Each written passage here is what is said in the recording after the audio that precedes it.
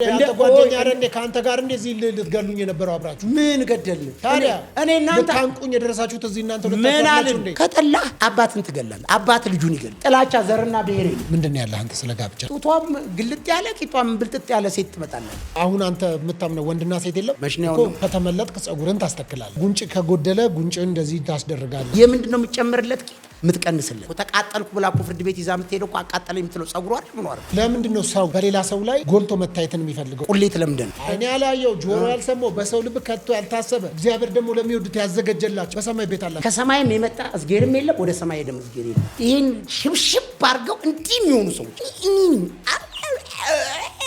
ሚል ሰው ማለት ነው አሁን ግን አንተን አስቦ ሰው ጤነኛ ነው ይላል አሁን የተለያዩ አገልጋዮች በሚዲያ ላይ ዘፈን ሲቃወሙ እየሰማን ነው የዘፈን ምንጭ ናቸው እነሱ ዋና ዘፋኝ ናቸው ውስጥ ያለው ተዘፍኖልህ ነው ኧረ አንዳንዶቹ ሐዋርያት ናቸው የምንም ይሁን አጋለጠን ነው የሚጮሁት የህይወት ረፍት የምትፈልጉ ሰዎች ካላችሁ ወደ እስልምና ነው እያለ እየጠራ አንተንም ጋብዙ ሌላውም እኮ ወደ ጌታ ሲመጣ ማረፍ ይላል ኮካም ስትጠጣ እኮ ደስ ይላል መጽሐፍ ቅዱስ ገና ሲጀምር እግዚአብሔር አምላክ ምድርና ሰማይን ፈጠረ አይልም ውሸት ነው አንተ አሁን አትሞትም ምን ሆኜ እሞታለሁ አቶ ታሪኩ ኢትዮጵያዊ ነህ መጀመሪያ ማንኝ ነው ተመተናል ተጠፍጥፈናል ሰማይ ላይ ያለው ጨረቃ ኮኮብና ገነት ሲጀመር እኮ ይጓሩ አትክልት ነው ሲጀምሩ ለሞተ ሰው ነው የጀመሩት አበባው ለሬሳ ነበር የሚሄድ ከዛ ሴቶቹ ለኛስ ቢሆን ብለው ስቀበጥ ስለሆኑ ለነሱ ማምጣት ጀመሩ ያንን አሁን ለሬሳ የሚደረገው ለሽምግልና ለሰርግም ብለ ይሄን ከርፋፋ ነገር ታንከርፋለ ምድር ላይ ትምህርት ቤት ገቡ እኩል እሷን ፕሮፌሰር እሱን ፕሮፌሰር ይሆን በማህፀናቸው እንደሚያስብ አሁን አንተ በዚህ ሐሳብህ በስነ ስርዓት ትኖራለህ ከቤተሰብ ጋር ተግባብተህ ትኖራለህ አቅሜ ባይሆን እኮ ይናወራል ወይ ሰዎች እንኳን አደረሰ ምናምን ሲባባሉ ለአዲስ ዓመት ምናምን አትባባሉ የሆነ ዘመን ላይ የሆነ ነገር ነበር አሁን የሚደፍረኝ ተይላ የሆኑ እንትኖች ናቸው የሚልኩልኝ እንጂ ይሄ በስጋ ያለ ሰው እንዳይለኝ ድረስ አይደል ጭራሽ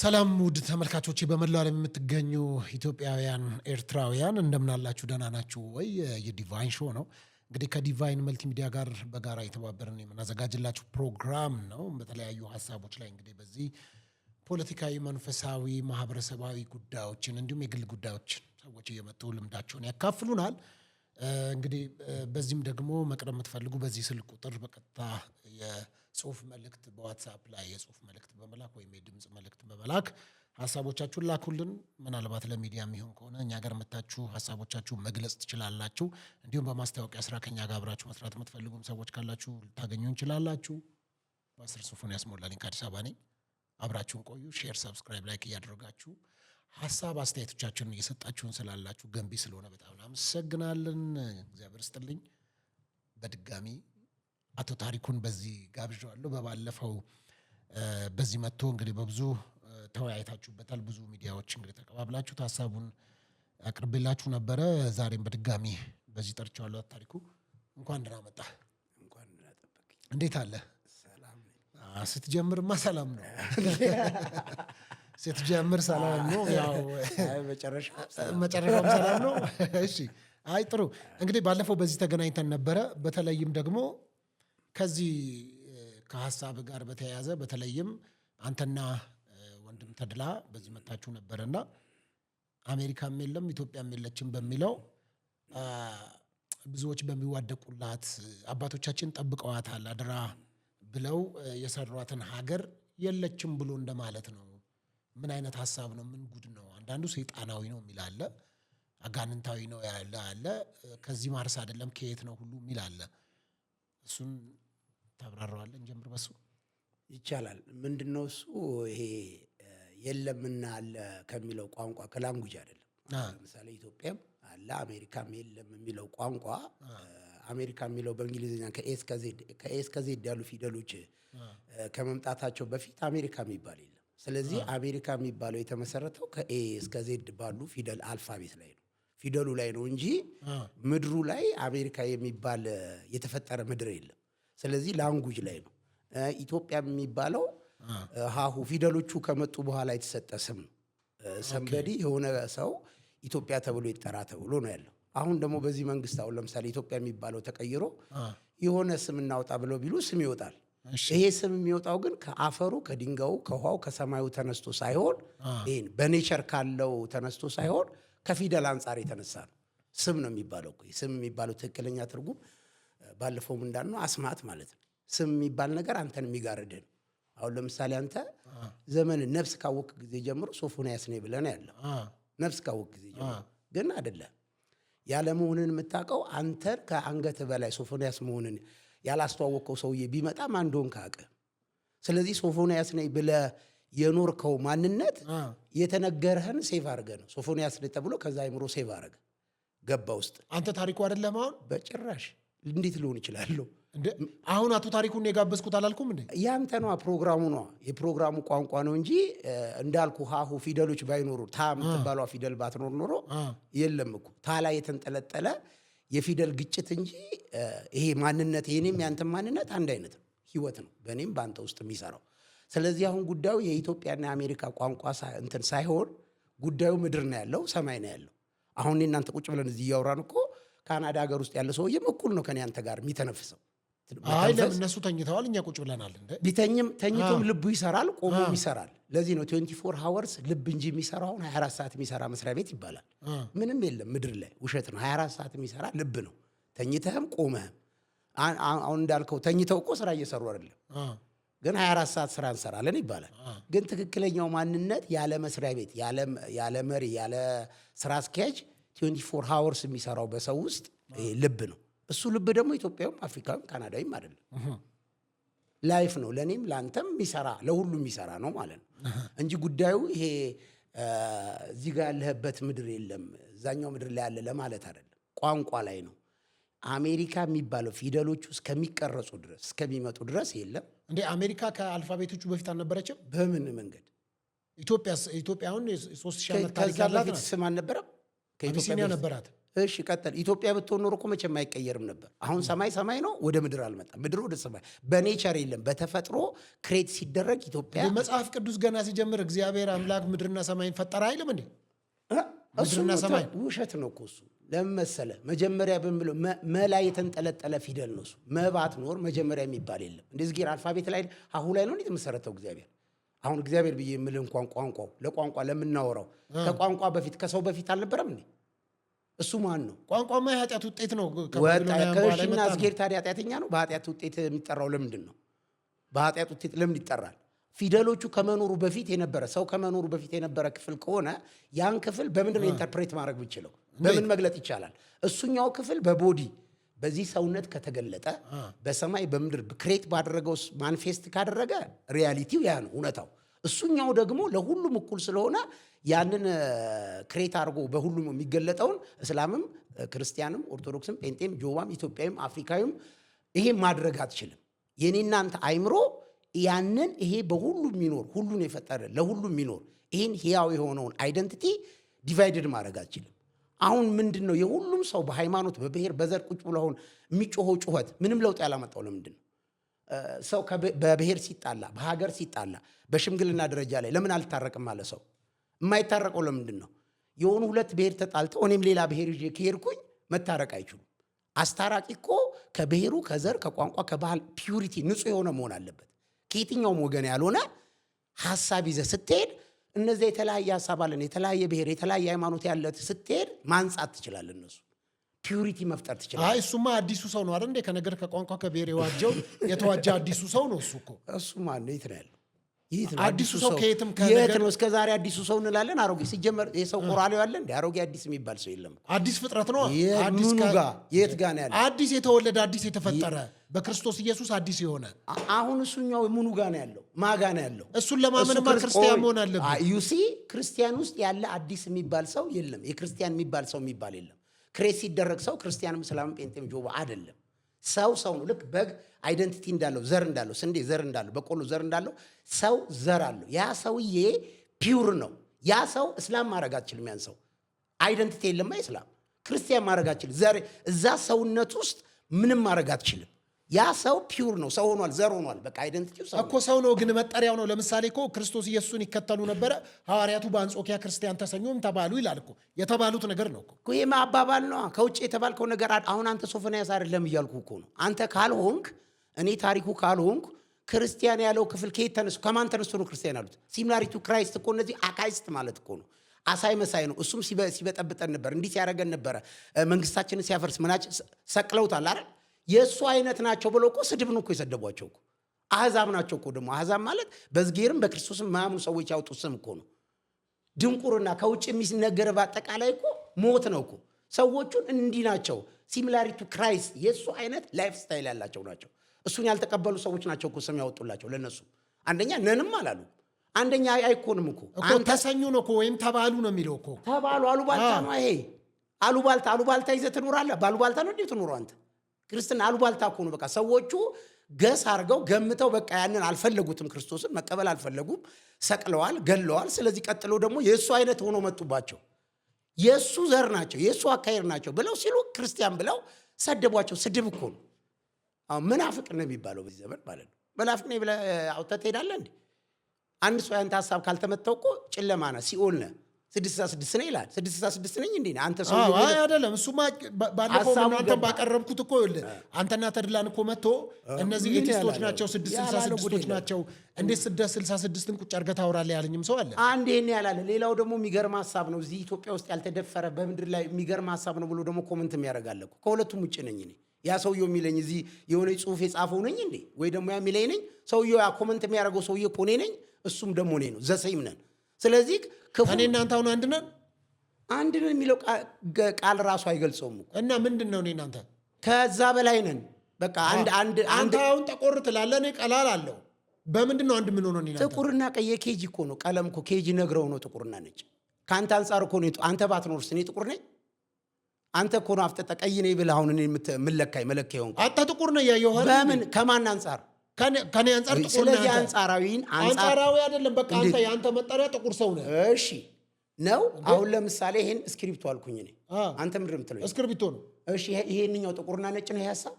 ለምን? እስቲ ወደ ውስጥ ግባ። አሁን እዚህ ጋር የሚያስብ ሰው ያስቀምጣል። እስቲ ይሄን ሰውዬ ያስባል። ከሃይማኖት ከዘር ከቋንቋ ከምን ውጭ ነው ያስባል። ይሄ አይዲያ ወርልድ ነው ብላል።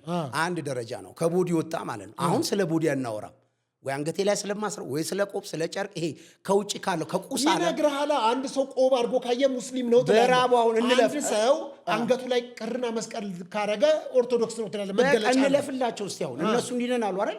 ከዛ ውጭ ከጀርባው ሐሳባቸው ግን ሰዎቹ አንድ ናቸው። እስቲ እኔ ይታኒ ሰውማ ሰው ነው። ቆይ በቃ ይሄን እንይሲ እኔ እናንተ አሁን ዛሬ አንሞትም እኮ እንይሲ ሰዎቹ አንድ ናቸው እኮ። ይሄ የተጣመመ ሐሳብ እንዳታወራ። ኧረ በጭራሽ ማለት የሚያስት ነገር አትናገር። ወዴትም አይሳትም። እንደው የምትስተው ከውጭ ያለውን ነገር ስትከተል ነው። እንዳልከው ወይ ቆቡን ወይ ከረባቱን ወይ ክሩን ስትከተል ነው ድብልቅልቅ የሚወጣው። ወደ ሐሳብ እንደግ እስቲ።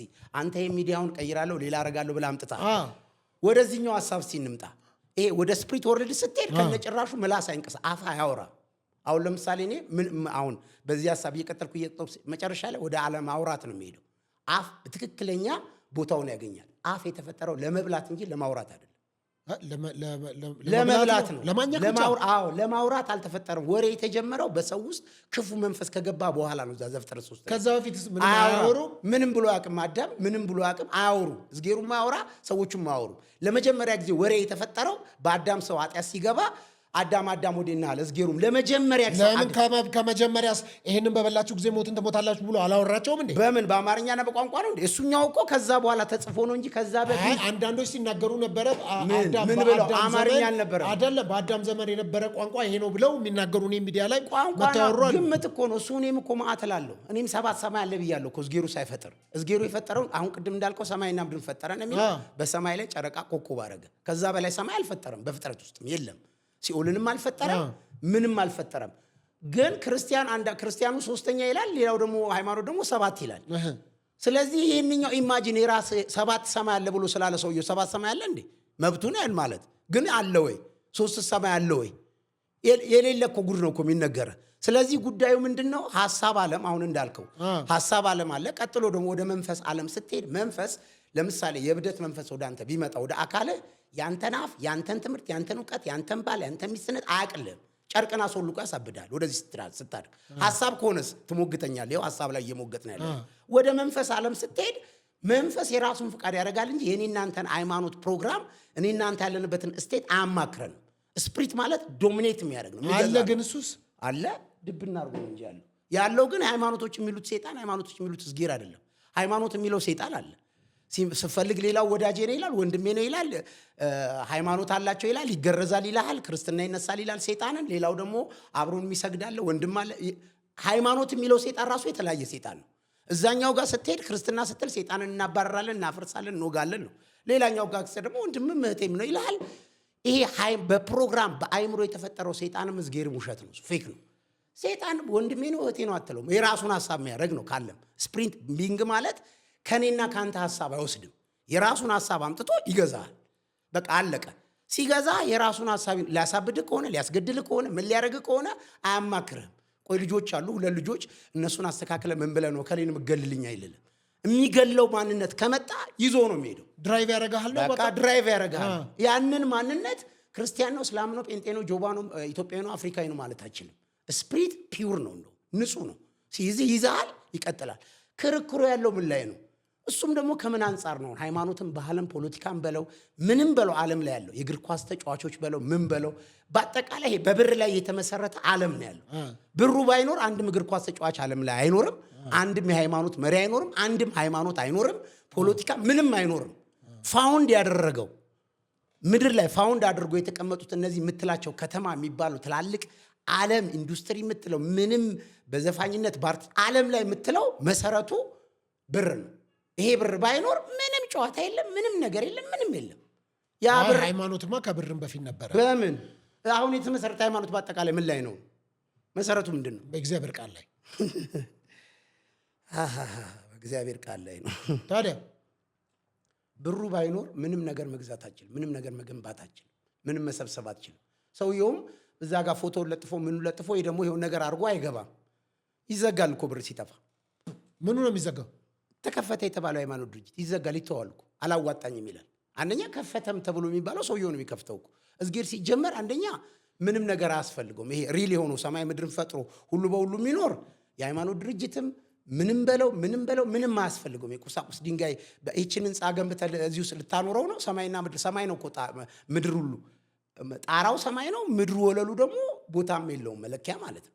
ስለዚህ ለዚህ እዝጌር ምን አይነት ቤት ነው የሚሰራው? ምን አይነት የሃይማኖት ድርጅት የትኛው ጋር ነው የሚኖረው? እዝጌሩ የትኛው ሃይማኖት ቤት ነው የሚኖረው? ያንተ ራእይ ሌላ ነው፣ የሌላው ራእይ የትኛው ጋር ነው የሚኖረው? የሁሉም ሰው ሐሳብ በአይምሮ ልክ ነው እዝጌሩ የሚኖረው። አይ ለምንድን ነው አንተ ለምሳሌ እኮ አሁን በዚህ ዘመን ቤተክርስቲያኖችም መስጊዶችም ምናምን ይሰራሉ፣ ቴምፕሎች አምልኮት የሚደረግባቸው ይኖራሉ። እነሱም ባይኖሩ እኮ ኢየሱስ ክርስቶስ 5000 ሰው ያበላበት ያጠጣበት ያስተማረበት ቦታ ሜዳ ላይ እኮ ነው። አንተ ለምን ከሱ ሐሳብ ብቻ ከቁስ ጋር ለምን ታገናኘው? እሺ እሱንም ላውራ። መጣና እሱ ተገለጠ። አሁን እሱን ካመንክ መጥቶ እኮ ሲገለጥ ቤተ መቅደሱን እኮ አፍርሰዋለሁ ነው ያለው። የእግዚአብሔርም ስራ የምን ስራ ብሎ አላለም። በግ ፍየል የሚሸጥበት ነው፣ ማርኬት ሆኗል፣ ቄራ ሆኗል። በግ ያርዳሉ፣ ቄራ ሆኗል፣ ቁማር ቤት ሆኗል። እነሱ ግን የእግዚአብሔር መቅደስ ነው የሚሉት። አፈርሰዋለሁ አላቸው። የነሮምንም መንግስት እዛ እስራኤል የገቡትንም መንግስት አይደላችሁም አላቸው። እንደውም መሪውን ሁሉ ቀበሮ ብሏል። ምንም ታዲያ ምንድን ነው የዚህ ዓለም ገዢ ማን ነው ብለው ሲጠየቅ የዚህ ዓለም ገዢ ዲያብሎስ ነው አለ። ቀጥሎ ስራስ ተብሎ የቤተ መቅደሱም አለ፣ ቢዝነስ ዓለም ላይ አለ። ስራው ታዲያ ምንድን ነው ሌላ ሱራ ተብሎ ሲጠየቅ የዲያብሎስን ስራ ሊያፈርስ ነው የሚለው። ስለዚህ የዲያብሎስን ስራ ሊያፈርስ እግዚአብሔር ልጅ ተገለጠ። ስራ ብሎ ያለው እሱ የእግዚአብሔር ቤተ መቅደስ ሰው የሰራውን መቅደስ ቢዝነስ አይደለም።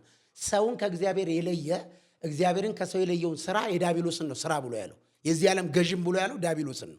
ሰውን ነበር የሚገዛው፣ አይምሮን ነው የሚገዛው። ያፈረሰውም ደግሞ ከሰው ውስጥ ነው። ሲገዛ ደግሞ ሴጣን ከእዝጌር ለይቶ አንዱን ሌላ ብሔር፣ አንዱን ሌላ ሃይማኖት፣ ሌላውን አንዱ ሌላውን ባል፣ ሚስት፣ አማት፣ ምራት አድርጎ ሰብስቦ ይዞ ነበር። ከዛ እዚህ ላይ እንደውም እሳት እጥልበታለሁ አለ። ይሄ ምራት ሆነ አማት ሆነ ባል ሚስት ሰልፊሽ ሆነ ተሰብስበ ጉብ ብለ የተቀመጥከውን ሲስተም አፈርሰዋለሁ አለ። የውሸት ከእግዚአብሔር ተለይቶ ምራት ሆኗል፣ አማት ሆኗል፣ ባል ሆኗል፣ ሚስት ሆኗል። ሌላ ነገር መስርተው ማለት ነው። እዚህ ላይ እሳት እጥላለዋል፣ እዚህ አፈርሳለዋል። እንደውም ይህን ሁሉ ያልተወ መጨረሻም ራሱን ያልካደ ለሌላ ሊሆን አይችልም ማለት። ስለዚህ ስራ ብሎ ያለው መጥቶ ክርስቶስም የዲያብሎስም ለምን ከብሉይ ኪዳን ጀምሮ ብሎ ሰለሞንም ዳዊትም የሰሩት ይዘን በወርቅ ሁሉ ለእግዚአብሔር ታዲያ ሰርፕራይዝ ታደርገው ነው እንዴ? እንደ አንድ ወንድ አንድ ሴት ሰርፕራይዝ ብሎ የሆነ አበባ ቆርጦ ሲንበረከክ እንደዛ እዝጌርን ሰርፕራይዝ ታደርገው ነው እንዴ? የሆነ ጎጆ ሰርተ። በዛ ዘመን ሰው ኃጢአተኛ ስለነበረ ድንጋይ ይሻል ነበር። ድንጋይ ውስጥ ኃጢአት ስላልነበረ ጽላት አድርጎ በዛ ህጉን ይጽፋል። ከሰው ይልቅ እርግቧ የዋነች ወይም ደግሞ ኃጢአት ስለሌለባት እርግቧን ደም እንዲያርገ ጭንቅላት ላይ ትሄዳለህ። እዝጌሩ ሲያይ እርግብ መጣ እንጂ ሶፉን ያስመጣ አይልም። በደም ውስጥ ይወስላል፣ ደሙን ነው የሚያየው። ይሄ እኮ ያ ማለት እኮ ሞት እኮ ነው፣ የሞት ኪዳን ነው። ስለዚህ ድንጋይ ጽላት እዝጌሩ ያስቀምጠው እኮ በጣም እኮ ያሳፍራል። 40 ቀን 40 ሌሊት ጾሙ እኮ ሙሴ እኮ ወደ ተራራ ሲሄድ እኮ ድንጋይ ይዘናን የተባለው እዝጌሩ በጣቱ ጻፈለት ይላል። ድንጋይ ላይ መጮህ ነበረበት እኮ እዛ ጋር ሙሴ። የሙሴ ልብ እያለ ድንጋይ ተጻፈ። ከድንጋዩ ታንሳለህ ነው። ድንጋይ ውስጥ ኃጢአት ስለሌለ ድንጋይ ላይ ይጻፋል ሕጉ። እንጨት ላይ ሕግ ይጻፍልሃል። ለምን? እንጨት ውስጥ ኃጢአት ስላልገባ። ስለዚህ ይህንኛው ደግሞ ኒው ቴስታመንት ደግሞ ሌላ ዓለም ነው። እሱ ሌላ አጉድ ነው። ስለዚህ እዝጌር የሚለው ስራ በጭራሽ እኛ የምንለው ስራ አይደለም። እሱ የሚለው ስራ ሰው ነው። ሰው ላይ ደግሞ ዳቢሎስ ሰርቶ ነበር። ሰው ላይ የተሰራውን ስራ ነው የሚያፈርሰው። የዳቢሎስ ስራ ላይ ሊያፈርስ እግዚአብሔር ተገለጠ ተብሎ ሆነ ጉድጓድ ውስጥ ሴጣን የሰራ ነው የሚመስለው ስራ። ዋና ስራ አድርጎ የኔ ሚስት፣ የኔ ባል፣ የኔ ብሔር፣ የኔ ሀገር፣ የኔ እኔነት የፈጠረው በሰው ውስጥ የተቀመጠው ስራ ነው የፈረሰው። ጥሩ። አንተ አሁን አቶ ታሪኩ ኢትዮጵያዊ ነህ?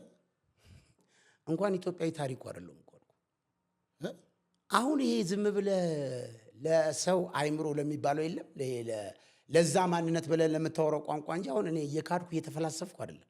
ገገማው ኢትዮጵያዊ አይደለህም ወይ? መጀመሪያ ማንኝ ነው እኔ ታሪኩ ካልሆንኩኝ ቆይ እኔ ታሪኩ ነህ እንጂ። እሺ በግ ምንድን ነው ዜግነቱ? በጋዊ ነው። በግ ነው። ከዚህ በግ ማነስ እኮ ነው። አሁን እንዲህ ብለህ ስጠይቀኝ እኮ ከዚህ በግ እያሳነስከኝ። አይ አሜሪካዊ በግ ምንድን ነው? እኔ የምተነው አሜሪካዊ በግ ኢትዮጵያዊ በግ የሚባል የለም። ስለዚህ ከበግ ማነስ ነው አሜሪካዊውን በግ ነው። ስለዚህ እዚህም ያለው ሰው ነው፣ የትም ያለው ሰው ነው። ሰው ከሆነ ደግሞ ሰውን የፈጠረው ነው በዚህ ማኒፌስት የሚያደርገው። እሱ ደግሞ ማኒፌስት የሚያደርገው ስፕሪት የሆነው ፈጣሪ ደግሞ እሱ ዜግነት የለው። እሱ ዜግነት ካለው እኔም ዜግነት ሊኖረኝ ይችላል። እኔን ክሬት አድርጎ ያመጣኝ። እሺ አንዳንዶቹ እኔ ሰማያዊ ነኝ ይላሉ። ሰማያዊ ነኝ ይላሉ። ውሸት ነው። ሰማያዊ ምንድን ነው? ራሱ ቋንቋው ሰላይ የተመሰረተ ቅድም እኮ አልኩ ኪቦርድ ላይ የተመሰረተ ነው። ሰማያዊ ነኝ አመንኩ ብሎ ነገ ተነስቶ ደግሞ ሌላኛው ሃይማኖት ጋር ይሄዳል እኮ። ተነስቶ የሆነ ቦታ ወሬ እኮ ነው። አሁን ያለው ምድር ላይ የሚጻፍ የሚነበብ የሚነገር ከሆነ ወሬ እኮ ነው። አሁን እናንተ እኮ የምናወራው ወሬ እኮ የሚበላ ነገር በልተን ነው፣ የሚጠጣ ነገር ጠጥተን ነው አይደንቲቲያችን ላይ። ስለዚህ ቅድም አልኩ እኮ ፍጥረት አሁን ዓለም የሚያድገው ወደ መጨረሻ ላይ ማውራት ይቆማል። የሚቆመው ለምንድን ነው? በወሬ ዓለም ከተፈጠረ ጊዜ ጀምሮ ወደዚህ ምድር በትንቢትም በወሬም በንግግርም ከተፈጠረው ውጪ ምንም የመጣ ነገር የለም እዚህ ምድር ላይ። ሳይንስ በለው ፍልስፍና በለው ሃይማኖት በለው ፓስተር በለው ቄስ በለው ማንም ሰው በወሬ ፊደሎችን በማገጣጠም ዝንብን ትንኝን የፈጠረ የለም።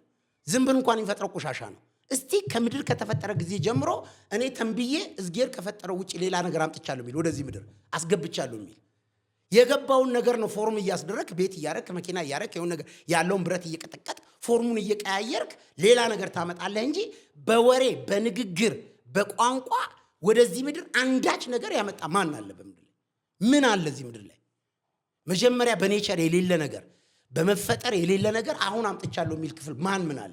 ከሌላ አይደለም ካለው ነገር ነው የተፈጠረው። ኮፒ የተደረገ ነው እሱ። ስለዚህ በቋንቋ በወሬ የሚፈጠር ነገር የለም እኮ። ከዚህ አንጻር አሁን ዛሬም አሜሪካን ያለኸው አንተ በዛው አቋም ነው። ጭራሽ የዛን ለዛም እኮ ታዝኖልህ ነው እንደዛ ያለው። የለም ነው የምልህ። ምድር ነው ያለው፣ ሰማይ ነው ያለው እንጂ አሜሪካም የለም፣ አውሮፓም የለም፣ አፍሪካም የለም። እነዚህ ሰባቱ አህጉር የሚባሉትም የሉ። የት ነው ሰባት? ማን ነው ሰባት አድርግ ያለ? ሰባት ቁጥር ሰባት እኮ ማኑፕሌት እኮ ነው፣ ማታለል እኮ ነው። ሰባት የሚባል ምድር ነው ያለው። አየሩም አንድ ነው፣ እስትንፋሱም አንድ ነው። ኦክሲጅኑ ስንት አህጉር ነው? ይሄ ምን ተነፍሰው የሚያኖረን ስንት እንትን ነው? ፌክ ነው ይሄ የምንኖረው የሚያስተኛን የሚያስነሳ ላይፍ ስታይል። እሱም በምንም መንገድ ዲቫይድድ ማድረግ አይቻልም። አሁን አንተ በዚህ ሀሳብህ በስነ ስርዓት ትኖራለህ? ከቤተሰብ ጋር ተግባብተህ ትኖራለህ? ባይሆን አቅሜ ባይሆን እኮ ይናወራል። ላይፍ እኮ ነው ህይወቴ እኮ ነው እንጂ አለበለዛ ውሸት ቢሆን እኮ ወይ እያነበብኩ ነው የማወራህ ወይ ደግሞ የሆነ ነገር እየተንቀጠቀጥኩ ነው። ይሄ እኮ እኔ አሁን ተዘጋጅሽ እኮ አይደለም እኮ የመጣው እኮ ገባኝ። ከሰው ጋር አሁን ትኖራለህ ወይ ነው? ምን ችግር እንደውም በዚህ ነው የምትኖረው እንጂ ሰውየው መቶ እንትን ብሔር ነኝ ሲል አሰማው እንትን ነኝ ሲል በሰላም ትኖራለህ። ሰውየው ከሚለው አልፈታ ይለታለህ። ክርስቲያን ነኝ እስላም ነኝ ሲል አልፈታ ይለታለህ። ለሁሉ ሊሆን የሚችል ሀሳብ ነው እያወራው ያለሁት። ከማንም ጋር ሊያኖረህ የሚችል በቃ አንሶ ሰውየውን እንትን ሃይማኖት ነኝ ሲለኝ ሰውየውን በቃ ገና ሕፃን ጡጦ ነገር ይዞ ነው አፉ ላይ ያለው ጡጦ ነው የማይሆን። በ50 ዓመቱ ጡጦ ይዞ እንትን ብሔር ነኝ ሲለኝ ጡጦ ነው እንትን ነኝ ሲለኝ ጡጦ ትላልቅ ጥርሶቹ ሁሉ አልቀው የሆነ እንትን ነኝ ሲለኝ ያስቀኛል። ስለዚህ ከዛ ያን ሰውዬ አልነካውም። በቃ አንድ ሕፃን ልጅ ቢመጣ እዚህ እንደማትተናኮለው ማለት ነው። ሕፃን ነው ሕፃን። ዓለም ላይ ያለ ፍጥረት በአጠቃላይ ሕፃን ነው።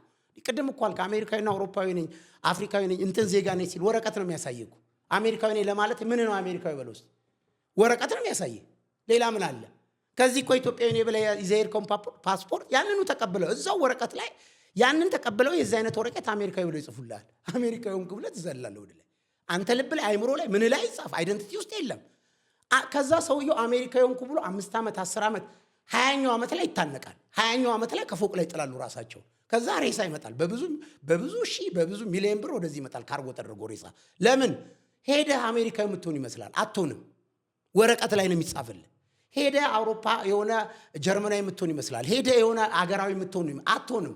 በኔቸር በማህፀን ስትገጣጠም የሌለ ስትወለድ የሌለ አይደንቲቲ የሌለ ማንነት ዓለም ተሰብስቦ ቢሰጥ ያን አይደለ።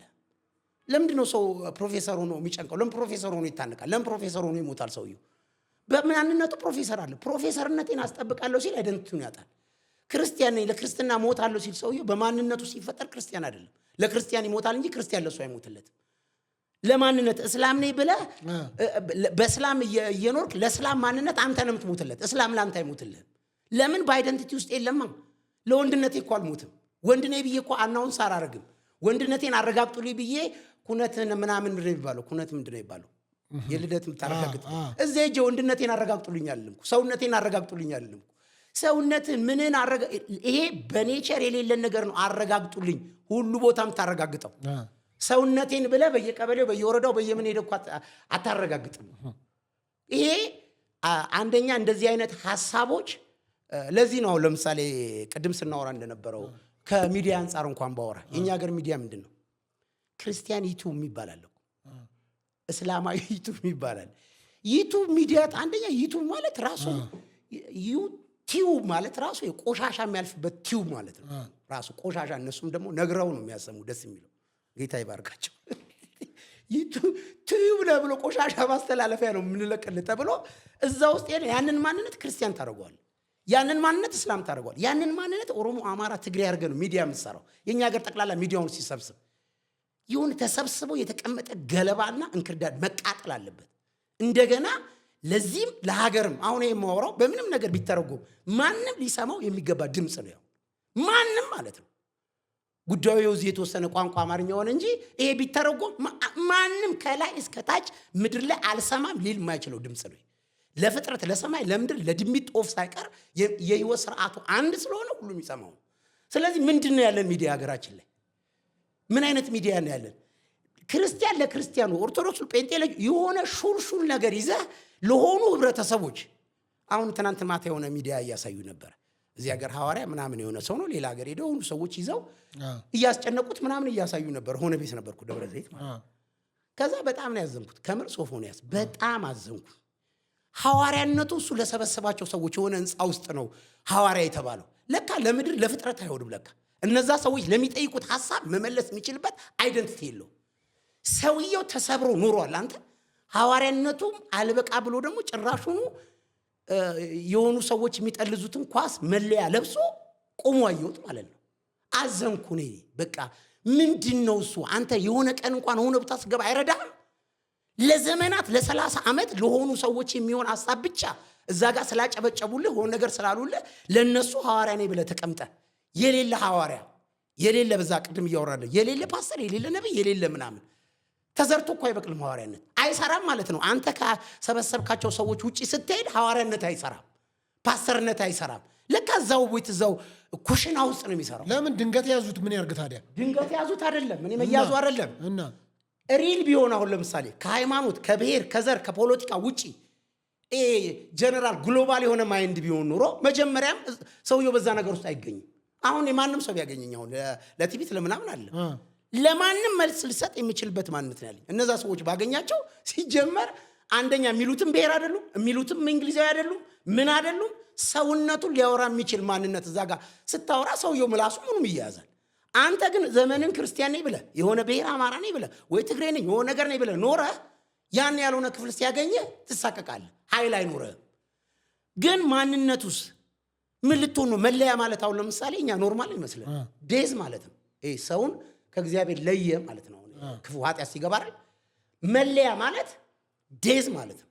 የሆነ ቡድን መለያ ለበስክ ማለት እኔም ለበስኩ ማለት ልንገዳደል ነው። ዴዝ ምንድነው? ሐዋርያው ድንገት ለንደን የተገኘው አርሰናል ዋንጫ በልቶ የአርሰናል ደጋፊ ነው ማለት ነው እኮ። እኔ አሁን ወደ እሱማ ትግባብኝ። እኔ እሱን እያወራሁ አይደለም። ሲጀመር የታለና ነው የምትደግፈው? እንዴ አርሰናል አለ እንጂ አርሰናል ዋንጫ በልቶ አሳየኝ። የታል? እንግሊዝ የለንደን ክለብ ነው። አሁን አሳየኝ አለ የለንደን ክለብ ነው። አሁን ለንደን ሴታል አቁም ይኸውልህ አቁም እሱ ውሸት ነው። አርሰናል የለም ትላለህ እንዴ? ብታሳየ ከጀርባው አለ ስክሪን ነው እኮ የሴቭ የተደረገ ነው። ሴቭ የተደረገ ነው። በቃ አቁም ያሳያለሁ። ይኸውልህ ሴቭ የተደረገ ነገር ነው የምታሳየኝ። ይሄ ካለ ሰማይ አለ ይሄ እኔ ምንም ውስጥ አትግባው ከብዙ ሰው ጋር እንዳትጋጭ። አይ ግጭት አይደለም ይሄ እኮ ነው ከነሱ አለ ምንም ትላለህ እንዴ? አርሰናል አሁን አለ የለም አይደለም አርሰናል አለ ይኸውልህ ካለ ይሄው አየር እየተነፈስን ነው አይደል? መኖሩን አታይም። ይሰራል። ደጋፊ የማያስፈልገውም አየር። እኔ ስለ ኔቸር እያወራሁ ነው አሁን ስለሆነ ክፍል እኮ ገባኝ። አንተ ስላልክ ነው ደስታውን የአርሰናል ዋንጫ በልቶ ከአዲስ አበባ ለንደን ድረስ ሄዶ ሊደግፍ ሊሆን ይችላል። የአርሰናልም ማሊያ ለበሰ። እኔ እሱ ልል አይደለም ታዲያ አሁን እሱ ያንተ ሀሳብ ነው።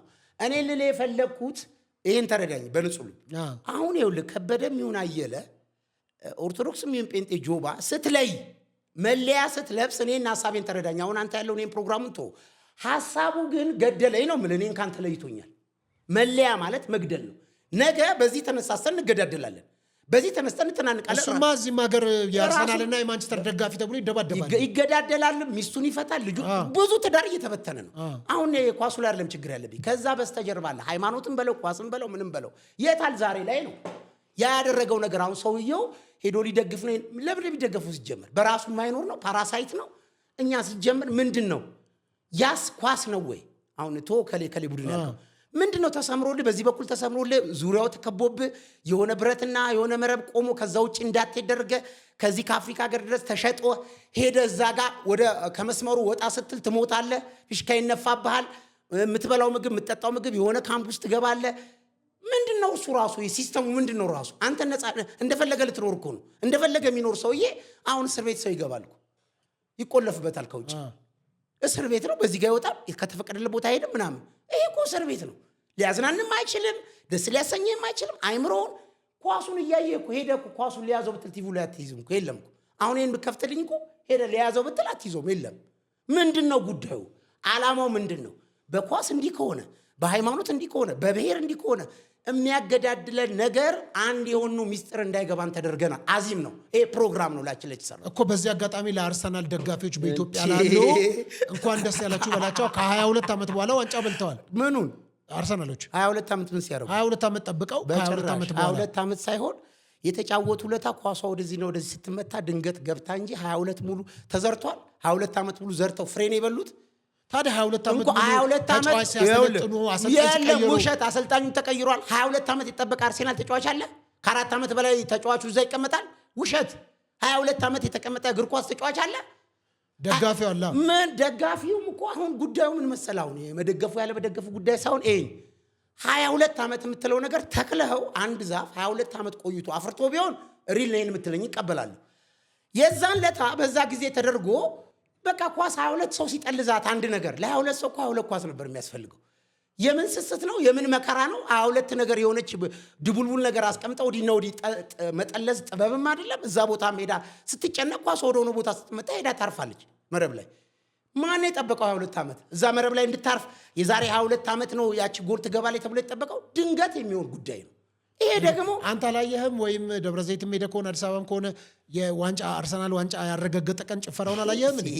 ጭፈራው ለንደን ራሱ እንደዛ አልተጨፈረም። ሲጠጣም ሳያገባም ሲሞትም ይጨፍራል። የኛ ሀገር ጭፈራው ምን እንደሆነ የማይታወቅ ነው። በየቀኑ አይደል የሚጨፈረው? ምን ነይ ማታ ማታ እየተባለ ምን በየጊዜው ምንድን ነው ጭፈራ? እግር ማፈራገጥ ከሆነ እኮ እሱም ጭፈራ አይባልም። ምኑ ነው ጭፈራው? ደስታቸውን ሲገልጡ አልተደሰትክም? የራስን እግር ወደኋላ ወደፊት ነው የምታደርገው። የራስን እጅ ነው ጧጣ ይሄን ሁለት ጣት እንዲያርገ ደስታ የምትለው። የራስን እግር ወደኋላ ወደፊት የራስን ድምፅ ተጠቅመ የምታንቋረው ነገር ነው። አሁን ጉዳዩ ደስታው እኮ ዛሬ ላይ ያለ ወይ ፌክ ውሸት ነው። ቅጽበታዊ የሚሆን ፌክ የሆነ እሱም ደግሞ ሌላ ማንቸስተር የሚባል ቡድን ባይኖር አርሴናል የሚባለው አይደሰትም። ብቻቸውን ጎል ቢያገቡ የራሳቸው አርሴናል ከአርሴናል አጨፍርም። ይሄም ቅድም እንዳልኩ የተለየ ምቀኝነት ጥላቻ ስላለ ነው። ሌላ ቡድን ስላለ ነው የምጨፍረው። እርር ለማድረግ ያንኛው ለማሳበድ ወንድምህን ለማቃጠል የምታደርገው ነገር ነው እንጂ እስቲ አርሴናል ከአርሴናል ያሉ ሰዎች ሲጫወቱ እስቲ የወዳጅነት አይጠምህም እኮ። ጦርነት እኮ ነው። ጨዋታ ነው ይመስል አንድ ቡድን ከአንድ ቡድን ጦርነት፣ አንድ ሀገር ከአንድ ሀገር ጋር የሚታኮሰው መድፍ ተከላካይ ይባላል እኮ። የሀገር መከላካይ እንደሚባለው ኖርማል ነው እንዴ? ኳስ አጥቂ ይባላል እኮ። ፊት ሄደው ተኩሰው የሚገሉ ሰዎች። ይሄ ኖርማል እንትኑ ስታየው ምንድን ነው? ስልጠናው ወታደራዊ ስልጠና አለ ከሀገር ሀገር ለመታኮስ። ዝም ብሎ እኔ እናንተ እንደምንለው ላይላውን ኳስ ነው እንዴ? ይሄን ክሬት ያደረጉት እኮ ሰዎች ዝም ብሎ አይደለም። ትሸጣለህ፣ የሆኑ ሰዎች ይሸጣሉ፣ የሆኑ ሀብታሞች ይገዙዋል። ልክ መኪና እንደሚገዙ ይረኩባል። እነዛ ባለሀብቶች ገዝተውት ያን ቡድን አሸነፈልኝ አልሸነፈልኝ የተባለ ወንዱ ወንዱን እየወደደ ለወንዱ ሞታለሁ ብሎ ፎቶውን እያለቀሰ ራሱ መንፈስ ወንድ ከወንድ ያለው ቀረቤታ ራሱ በራሱ ያለው ችግር ይሄ በጊዜ ሰው መፍትሄ ካላመጣ በራሱ ችግር ነው። የሆነ ወንድ ፎቶ ሰቅለህ ቤት ላይ ያን ፎቶ እየሳምክ ለዛ ፎቶ መገዛት ያ ወንድ ሰውዬ ሌላ ችግር ውስጥ ቢገባ አብረህ ችግር ውስጥ ትገባለህ። ምንድን ነው በአጠቃላይ እንደ አፍሪካ እንደ ኢትዮጵያ ስትል አይደንቲቲ ሊኖረን ይገባል። አሁን ለምሳሌ ዝም ብሎ ብታይ ችግር የለውም እኮ የምታየው ነገር እያየው አሁን ማያቸው ነገሮች ላለማየት ነው እንጂ የሰማውን ሚዲያ ላይ ላለመስማት ነው የምሰማው እንጂ ከዛ ውስጥ ምጥጥ አድርጌ ያን ነገር ወስጄ ውስጤ ገብቶ የኔ ህይወት ስርዓት እንዲሞት ላይ። ስለዚህ ይሄ ነው እኮ ከዚህ አንጻር አሁን ተቃራኒም እኮ ስትል ለምሳሌ አንዳንድ ጸሎቶችም አሉ እኮ በየትኛውም ቤተ እምነቶች እዚህም ሀገርን ከዚህ ሀገር ውጭ በዚህ ሰዓት አመስግን እንጂ ብዙዎች ሆስፒታል ተኝተዋል፣ ብዙዎች ከእንቅልፋቸው አልነቁም፣ አንተ ግን በህይወት አለ አመስግን ይባላል። የሌሎች መጥፋት የሌሎች ከአልጋ አለመነሳት የአንተ የማመስገኛ ምክንያት እንዴት ሊሆን ይችላል? ይሄ እንግዲህ ምንድን ነው መሰለ ጉዳዩ በፊደል ከተመሰረተ የትኛውም አመሰግናለሁ ረግማለሁም ዘሴም ነው። ከሁኔታ ተነስተ ከሆነ ምስጋና ማለት ሶርስ መኖር ነው፣ መተንፈስ ነው፣ ማየት፣ መስማት፣ መተኛት፣ መነሳት። ምስጋና የሆን ከሆነ ሆነ መገኘት ነው እንጂ በአፍህ ቴንኪው አመሰግናለሁ የሆነ ሰው ሊፍት ሲሰጠ ቴንኪው ብለህ እዝጌርን ደግሞ ቴንኪው ሊፍት እንደሰጠ ሰውዬ የምትል ከሆነ ይሄ ሌላ ጉዳይ ነው። ደግሞ እኛ ጋር አሁን ታመሰግናለህ፣ በኋላ ታለቅሳለህ። አሁን አመስግነህ ተሰብሰበ በኋላ ወጋ እዛው ነው። አሁን ምንም ሃይማኖት ቤት ሄደህ ከጠዋት ሲንገስጻለን ምናምን ይባላል፣ ሲናመሰግናለን ተብሎ እያመሰገንክ ደግሞ አሁን ብለህ በቃ ሀገሪቷ ላይ ዓለም ላይ ያለው ጦርነት ብለው ደግሞ ያስለቅሷል። ልጅ ሕፃን እንደሚቆነጠጥ ቅድም እያመለክ እየሳቅ እየዘለልክ ነበረ። ቀጥለው ደግሞ ፋነናችሁ ተብሎ ደግሞ ዝም ብላችሁ ታያላችሁ፣ ሀገር እየተበተነ ነው ምናምን ሲባል ደግሞ ታለቅሳለህ። ይሄ ድብልቅልቁ ይወጣ ነው። እውነተኛ አይደንቲቲ ሲኖረህ አይተው ከሆነ ከመንፈስ የመጣው አሁን ቅድም ያልከው ክርስቶስ የመጣው እንጀራም ሲያገኝ ያመሰግናል። 5000 ሰው እንጀራ ለማብዛት የሞተ የሚያራቅ ቀን የበሰበሰ ሬሳም ጋር ሲሄድ አባቱ ያመሰግናለሁ እንጂ የሞት መንፈስ የዘንዶ መንፈስ የእንትን መንፈስ ወጋው ነቀልኩ እያለ አይቀያየርም። እስስት አይደለም ማንነቱ። አይደንቲቲ ካለ የትም ቦታ ላይ ነው። የሞተው ያራቅ ቀን የበሰበሰው የእሱን ልጅነት እሱ የመጣበትን አይደንቲቲ አፌክት ማድረግ አይችልም። እንደገና ደግሞ 5 እንጀራ ለ5000 ህዝብ ለማብዛት ደግሞ ከሆነው ከልጅነቱ ውጭ ያን ሲያበዛ ሌላ ነገር አይሆንም። ማንነት ነው። ሰዎቹ ስለራባቸው ነው የሚያበላው። ሰዎቹ ስለታመሙ ከፈወስክ ችግር የለውም። ፈውሰ ግን አጋንንቱን ቀርጸ በቻናል በምናምን ለቀ ታዋቂ ለመሆን በአጋንንት አሁን እኛ ሀገር አጋንንት ማይኖር አንድም ሰባኪ አይኖርም፣ ሐዋርያም ነብይ የሚባልም የለም። እድሜ ለአጋንንት። እኛ ሀገር ሴጣን ባይጮህ ምንነት ማኖፍ ጋር ትባላል። በቃ የኛ ሀገር ሴጣን ደግሞ ፈሪ ነው። አይምሯችን ስላልሰለጠነ መኪና ውስጥ ይጮሃል፣ የትም ይጮሃል። ታክሲ ላይ ያስታውቃል እኮ አበሻ። ዩኒቨርሲቲ ላይ ይወርቃል፣ በየሜዳው ይወርቃል። ይሄ በየሜዳው የሚወርቀውን ህዝብ ቀርጸህ ምን ብለህ የእግዚአብሔር አገልጋይ ልኝ እና አጋንንት አስወጣው ይኸው ፈወስኩ ተብሎ ነው ያለው። ለሌሎች ትምህርት እንዲሆን ነው እንዴ? ለሌሎች ትምህርት የሰውየው ላይ ያለው አጋንንት ከወጣ ምን ነው ትምህርት የሚሆነው? በቃ እኔም ላይ ካለ ታስወጣለህ እንጂ የምን ትምህርት ነው? ያን ቀርጸህ ኑልኝ አትምጡልኝ አድቨርታይዝ ትሰራለህ እንዴ? እሱ አይደለም ጉዳዩ። እና እኔ ጋር ትፈወሳላችሁ ነው መልእክቱ። እሱም ብቻ ቢሆን ቆንጆ እኮ ነው። ቀጥሎ በዛ ነገር ፌመስ ለመሆን መታገል ያለው ትግሉ ነው። አሁን ዋናው ዓላማ ምንድነው? ጉዳዩ ይሄ ቀደም እንዳልነው ሐሳብ አለ፣ ቀጥሎ የመንፈስ ዓለም ይባላል። እኛ ከዛ ይሄ የሚታየው የማይታየው ፍጥረት ከሶርስ የመጣ ስለሆነ ከሶርስ ከመጣ ነገርን ማየት ያለብን ሶርስ ላይ ነው። እዚህ ላይ ነው መመልከት ያለብን። ኦኬ። እኛ ጋር አሁን ብሔር ብሔረሰቦች የሚባል አለ። ከዛ አንዳንድ ሰዎችም ደግሞ ለብሔራቸው የሚታገሉ ሰዎች አሉ። ለኔ ብሔር የኔ ብሔር እንዲተነካ እንግዲህ ኢትዮጵያዊም ስለሆንክ ማለት ነው። እነዚህ በብሔራቸው ለሚያስቡ ሰዎች ምንድን ነው ያንተ እይታ? ይሄም ኢኖሰንት የዋህነት ነው። የዋህነት ማለት ይሄ በማህፀነ ስትገጣጠም የሌለ ብሔር ከተወለድክ በኋላ በኦበል ቲበል እየተባለ በግዳፍ እየተመታ ለለመድክለት ቋንቋ ለዚህ ቋንቋ ሞታለሁ ማለት ያለማወቅ ጉዳይ ነው። ኢኖሰንትነት ነው። በቃ ይሄ እኮ በግራም በቀኝም በሰሜንም ጫካ ሊያስገባ አይገባም። ለምን ብለህ ብትል ምንድን ነው በቃ አሁን እንኳን በሬሳ ሰው ሲሞት እንኳን ብያለሁ ባለፈው ሬሳ ነው ሰው ነው የሞተው ማለት አችልም። አሁን ኢትዮጵያ ውስጥ በቃ እንዴት ሰው ነው ትላለህ? እንዴት ሬሳ ሞታ አፈር ወደ አፈር ነው አይባልም ተብሏል እኮ። ለምን ሲሞት ብሔሩ ተጠቅሶ ነው የሞተው። ይሄን ያህል ብሔር ይሄን ያህል ሞተብን ተብሎ ነው የሚባለው። ግን ከአፈር ለአፈር ነው፣ ኔቸር ነው። ያ ሰውዬ እዛ ክልልም ባይሆን እዚህ ክልልም ቢሆን አልኩህ እኮ ከዚህ አሜሪካ ሄደ የምትሞት ከሆነ እንዴ እዛ ለብሔር ነው እንዴ የምትሞተው? ከዚህ ሄደ አውሮፓ የምትሞት ከሆነ ከዚህ ሄደ አፍሪካ ውስጥ ሄደ የምትሞት ከሆነ ጉዳዩ ሞት የሚባለው ብሔር የለውም። እሱንም ደግሞ እኛ ነን ሞት ያልነው እንጂ ክሬት ያደረገው ሞት አላለም፣ መባዛት ነው። ለዝጌሩ አንድም ሰው ሞቶበት አያውቅም። አንድ ሰው ሰው አልሞተም። አንድ በምድር ላይ በጭራሽ። አንተ አሁን አትሞትም? ምን ሆኜ እሞታለሁ? እንዴት ምን ሆኜ እሞታለሁ? ምንድን ምን ሆኜ እሞታለሁ? ትሞታለህ፣ ትቀበራለህ። ምን ነው የሚሞተው? ቢቀበረው ከየት ነው የመጣሁት? አመጣጤ ከየት ነው? ያው ሰውንማ ከአፈር አበጀው ነው የሚለው። እሺ አፈር ነህ አለ። ቆመህም አይደል? ቆመህም አፈር ነህ። ስትሄድም ወዴት ነው የምትሄደው? ወደ አፈር ነው። ግን ኖት ኬሚካል ቼንጅ። አይ ስማ፣ ለእኔና ለአንተ ለድር ለእኔና ለአንተ ፕሮግራም እሞታለሁ። ለክሬተሩ ግን ለፈጣሪው ግን ማንም አይወለድም፣ ማንም አይሞትም። ሰርፕራይዝ አይሆንም። ተወለደልኝ አይልም። በሚወለደው ውስጥም እሱ አለ፣ ወደ አፈር በሚካሄደው ውስጥም እሱ አለ። እኔ እናንተ ነን እኮ አፈር ያለው ምድሩ ትቢታችን። ሰው የወጣው ራሱ ከየት ነው የተሰራው? ከምን ውስጥ ነው የተሰራው? ከአፈር ነው የሚላለ ከዝንጀሮ ነው የሚልም ደግሞ ሌላ ሐሳብ አለ። ዝንጀሮም ቢሆን ከአፈር ውስጥ ነው የመጣው። የሁለቱም ምንም ችግር የለብኝም። ከዝንጀሮም ብትመጣት ከምድር ነው የወጣው ዝንጀሮ። ስለዚህ ተመልሰህ የምትሄደው ወደ አፈር ነው። አፈር ማለት ሰው ይኸውልህ፣ 5 ቀን ፍጥረት ተፈጠረ እኮ። ሲፈጠር ከምድር ውስጥ ነው የወጣው። አንድም ከሰማይ የተፈጠረ ጉድ የለም። አሁን እኛ ሰማይ ያስመኙናል፣ ምኞት ምንም የሌለው ሰማይ ላይ ያለው ጨረቃ፣ ኮከብና ገነት ሲጀመር እኮ የጓሮ አትክልት ማለት እኮ ነው። ባለፈው አውርተናል። ቃሪያ፣ ቲማቲም፣ ድንች ነው። እሱም ደግሞ ምድር ላይ ነው ሰራ የሚለው እግዚአብሔር እኮ የለም። ዘፍጥረት 2 ላይ ይኸውልህ፣ በትክክል መልስልኝ። አሁን በቀን እናውራ፣ አንደበላለቅ። ገነትም በምድር ተከለ ነው የሚለው። ምንድን ነው የምታወራው? እናንብብ፣ ወደ መጽሐፍ ንግባ። አይ እናንብብ ምናምን ሳይሆን በሰማይ የለንም እንዴ? የለም ምንም ሰማይ ላይ አይኔ ያላየው ጆሮ ያልሰማው በሰው ልብ ከቶ ያልታሰበ እግዚአብሔር ደግሞ ለሚወዱት ያዘጋጀላቸው በሰማይ ቤት አላቸው። ማንን አዘጋጀ? ቆይ የተዘጋጀው ማን ነው? እግዚአብሔር ቤት ተዘጋጅቶላቸዋል። የምን ቤት ነው? አንተ የቤት ችግር ስለነበረብን ነው ቤት ተብሎ የተተረጎመው። ሲድ ነው የሚለው፣ ዘር ነው የሚለው። ሰማይ በድምግ ዘር ነው። ኢትዮጵያ የቤት ችግር ስላለበት አዎ ቤት ብለን የተረጎምነው። ስማኝ፣ አሁን ዘር ነው፣ ሲድ ነው ያዘጋጀው እግዚአብሔር። ዘር ነው ከእባቡ ዘር ያልሆነ ከሴቲቷ ከመንፈስ ቅዱስ የመጣ ዘር ነው ያዘጋጀው እግዚአብሔር። ያ ዘርም ደግሞ አይን ያላየው ጆሮ ያልሰማው የተፈጠረው ከመንፈስ የተወለደው ያ ዘር ነው፣ ራሱ ክርስቶስ ነው። ከክርስቶስ ውጭ ከተመኘ ከእግዚአብሔር በላይ ሆናለሁ ያለው ሰይጣን ነው። አሁን የሃይማኖት መሪዎቹ እሱን ነው የሚያስተምሩት። ከእግዚአብሔር በላይ ምንድን የፈለግከው? ምን ልትሆን ነው? በስጋ ተገለጠልህ እኮ።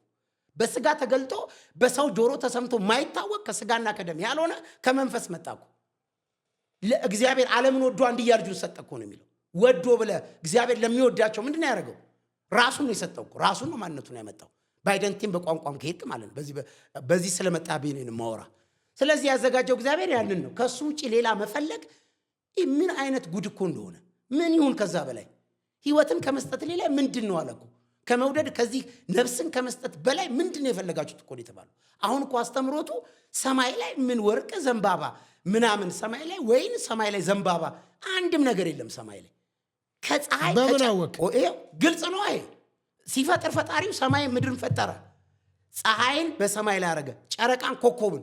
ከዚህ ውጪ በ6 ቀን ፍጥረት ውስጥ የለም፣ ውሸት የለም። በቃ ምንም የለም። አንደኛ ልንገር፣ ምንም ነገር የለም።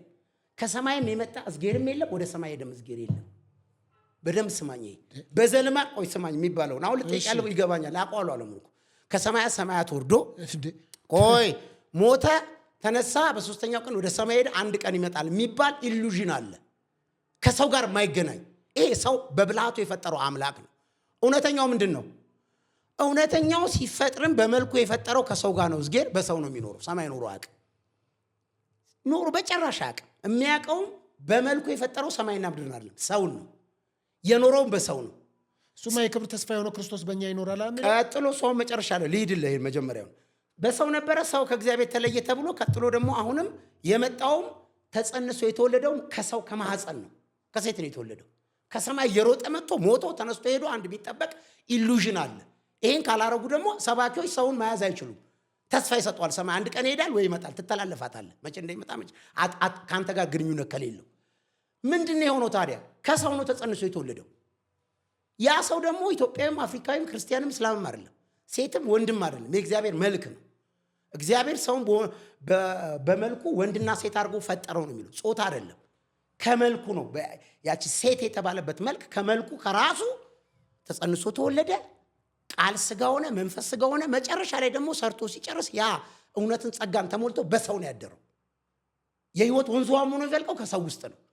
ኢሉዥን በስብከት የተነገረን የሆኑ ሰዎች ራእይ ያዩት የሆኑ ሰዎች የሆነ ነገር ያዩት ነገር ተጽፎ ተካቶ ሰማይ የሚል ቋንቋ ሰምተናል።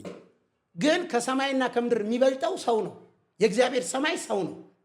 የእግዚአብሔር ዙፋን ሰው ነው። የሚኖረውም በሰው ውስጥ ነው። ከሰው ውጪ እግዚአብሔር መኖሪያ አለኝ ብሎ አላለም።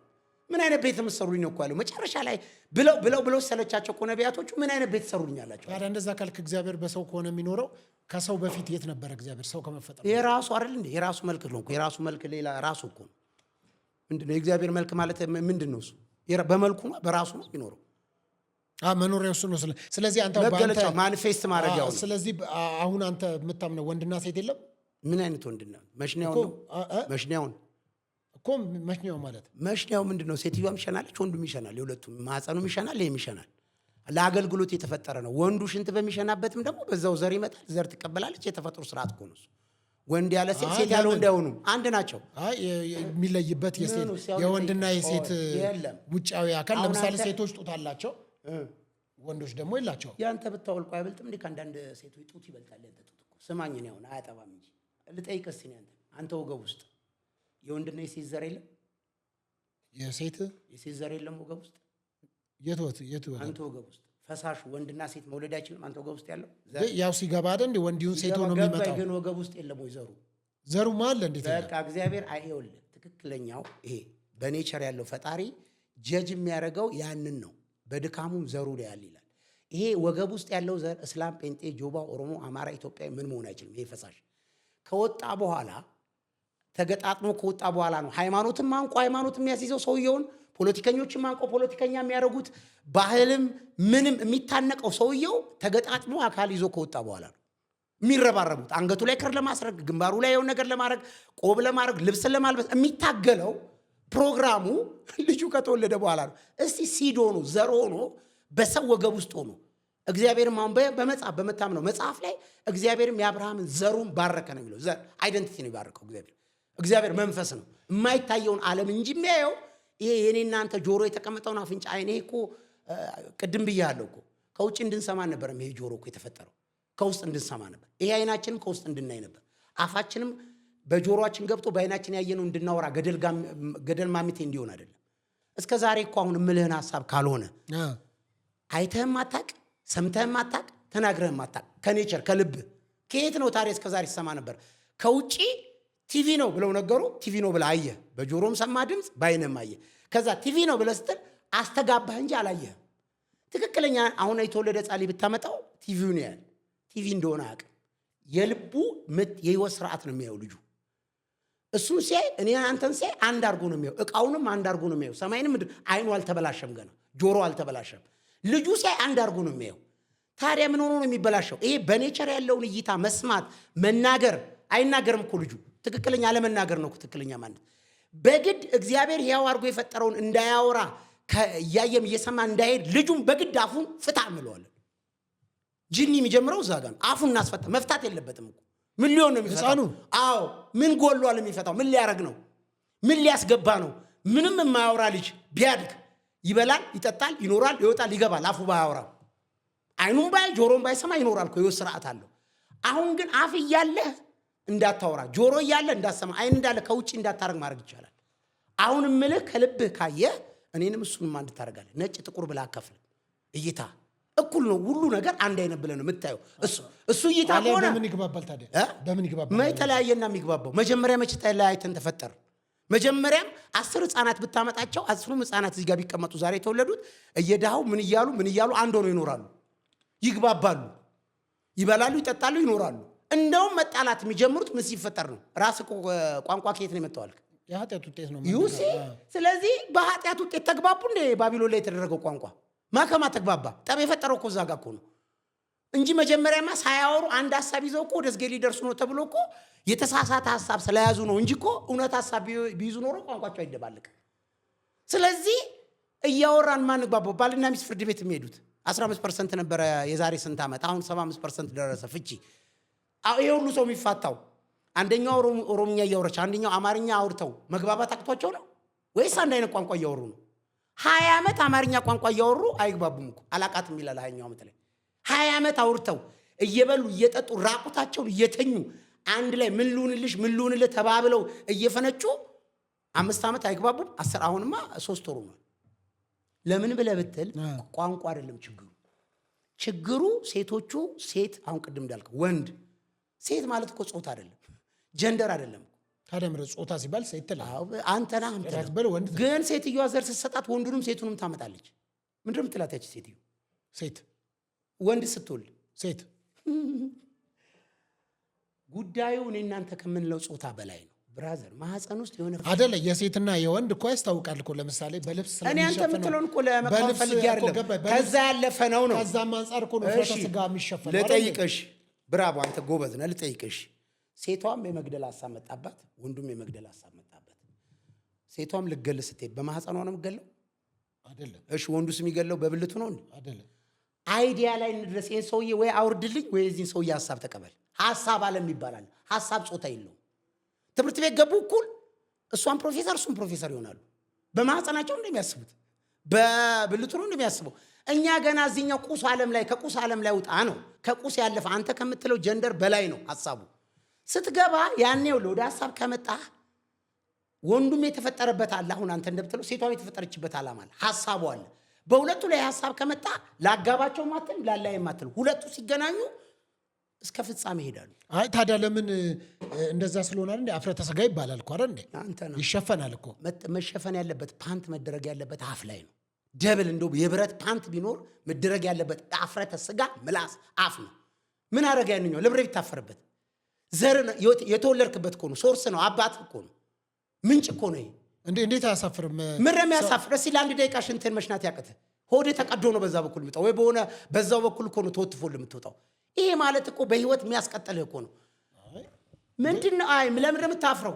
ማን ነው እዛ ጋር ያለው? አፍረተ ስጋ አይባልም እንዴ? ለምን የሚታፈርበት ማን ነው ያለው? በአይን ታፍራለህ፣ በጆሮ በአፍንጫ የሥራ አገልግሎት እኮ ነው ያለው። ያንኛው እንደው ዋናው ፈጣሪ ሳይቀር ብለህ የምትለው ጌታ ብለህ ሳትቀር በማህፀን ውስጥ ተወልዶ የመጣበትን ክፍል የምታፍረው ማን አንተ? ፈጥረሃል እንዴ? ይሄን የሚያፍረው ዲያብሎስ ነው ስላልፈጠረ። ለምን ታዲያ አንተ ሸፍነው ትሄዳለህ? አንተ ባትኖር ምን ላይ ሸፍናለሁ? እኔ ለአንተ ነው የሸፈንኩት፣ ለራሴ ነው የሸፈንኩት። አለ እኮ ላይ ተንጠልጥሏል። የኔ የሸፈንኩት ለራሴ። እንዳንተ አይነት ይኸው እንዲህ የሚያስብ ሰው ስላለ እንጂ መቼ እዚህ ቀረጻለሁ እንጂ ራቁቴን ይመጣ ነበር። እኔ ግልግል ነበር ጠዋት ተነስቼ በዚህ ብድግ ይመጣ። አንተ በስመ አብ ወልድ ትወርቃለህ ከዚህ ህንፃ ላይ። ለአንተ ድካም ተብሎ ለሌላው ድካም ተብሎ ነው እንጂ ልብስ አንተ ምን እንደለበስክ አይታወቅም። ሴቷ ምን እንደለበሰች አይታወቅም። ሸፍነ ሞታ አሉነትም እዝጌር ይፈጠራል። ተሸፍኗል። ምን እንዳለ አይታወቅም። ይሄ እኮ ቃቃ መጫወት እኮ ነው። ድብብቆሽ ኩኩሉ ይላሉ ህፃናቶች ሲደረጉ ሆነች ቦታ ላይ ሄደው ይደባበቃሉ። በጢሻ በምናምን ኩኩሉ እኮ ነው እኮ። ነጋ አልነጋም ትላለህ ፀሐዩ ሳይመሽ። አሁንም ሳትደብቀው ደብቅ ያለው አልደበቁም። ይሄ ሌላ ቅዠት ነው። አይ ለምን ሰዎች ፓንት አድርገው ከዛ በላዩ ላይ ሱሪ አድርገው በሽታ መጥቶ እኮ ነው። ካልሲም በሽታ መጥቶ ነው ያስደረጉ። ፓንትም ከበሽታ አንጻር ነው። ኮሮናንም እግዚአብሔር በትሎ አቆመ እንጂ እኮ ሙሉ ለሙሉ የሰው ልብስ ይሆን ነበር እኮ። አፍ ላይ እኮ ምድረ በለው አፍ ላይ ሲደረግ ነበር። ማስክ የሚደረግ ማስክ ነው ጨርቅ ብቻ አፍ ላይ። ሰው ግን የሚገባው በጆሮ እኮ ነው። እዝጌሩ ያለው እኮ በአፍ የሚገባው አረክስም ብሏል። ሽንገላ ሰይጣን ማለት ክፋቱ በአይነ እያየ በጆሮ እየገባብህ ከምታዩት ከምትሰሙት ተጠበቁ ተብሎ አፍ ላይ ነው የሚያደርግልህ ጨርቅ ሲፎግር ሰይጣን። በሽታውን ትሰማለህ በጆሮ በአይነታ ያለ ሰው ሲቀበር ፍርሃት ውስጥ ይገባል። አፍህን አፍነው ጭራሽ ደግሞ ንጹህ አየርም እንዳተነፍስ ማለት ነው። ይሄ ማለት ሌላ ጉዳይ ነው ጉዳዩ። ስለዚህ እግዚአብሔር ሲፈጥር በቃ መጣ እኮ አሁን ክርስቶስ ሲሰቀል ሲሞት ልጠይቅ እስቲ። እንደውም አፍረው ስዕሉን ሲስሉ አፍረተ ስጋ ላይ ሰዓሊዎች ናቸው ያደረጉት። ግን እንደዛ ነው አይደለም። እሺ እሱ አፈረ፣ እሱ ካላፈረ ይላሉ እናንተ ጠላቶች ናቸው እንደዛ ያደረጉት። ጠላት ያድርገው እንጂ ታዲያ ምን ሆነ? ያ ነገር በመሆኑ ምን ተፈጥሯል? አንደኛ የራሳቸው ቀሚስ ነበረ፣ የራሳቸውን ቀሚስ ሰጣቸው። እሱ ንጹህ ሆኖ ነው የተወለደው። በዛ ማንነቱ ያንን ስራ ይሰራው። ከዚህ ዓለም የወሰደው ጨርቅ ነበር፣ ቻችን ጨርቅ ጥሏል።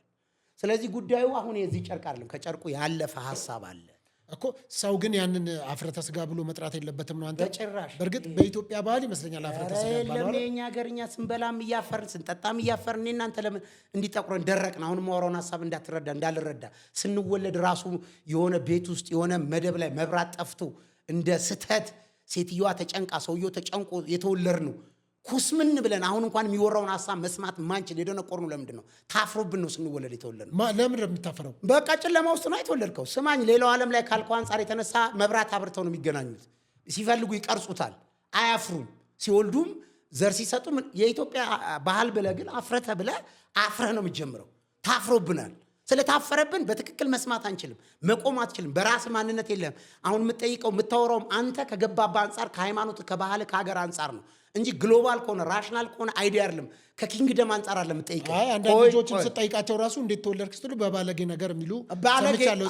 በቃ ስለዚህ ባለጌ ተብሏል። ውሸት ነው። እንደዚህ ጌር ሲፈጥር ወንድና ሴት አድርጎ ፈጥሮ መልኩ እኮ የራሱ መልክ ነው። ዘር የሚሰጠውም እሱ ነው፣ ዘር የሚቀበለውም እሱ ነው ሲጀመር ከሰው። እኛ ግን ከባህል ከሃይማኖት አንጻር አይምሯችን ተይዞ የተሻለ ሐሳብ እንኳን ስታመጣ ይሄ ከየት ነው ያመጣው? ከነጭ ነው። ከየት አመጣው? ምን መጽሐፍ አንብበ ነው የምትባለው? ሰውነት እንኳን አይደንቲቲ እንዳይኖረን ተደርገናል።